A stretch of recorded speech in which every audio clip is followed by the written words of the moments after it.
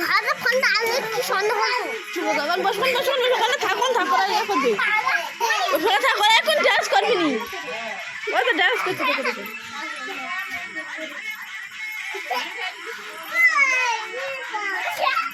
দেখো তোর সজা আমার তোর ডান্স করছি তো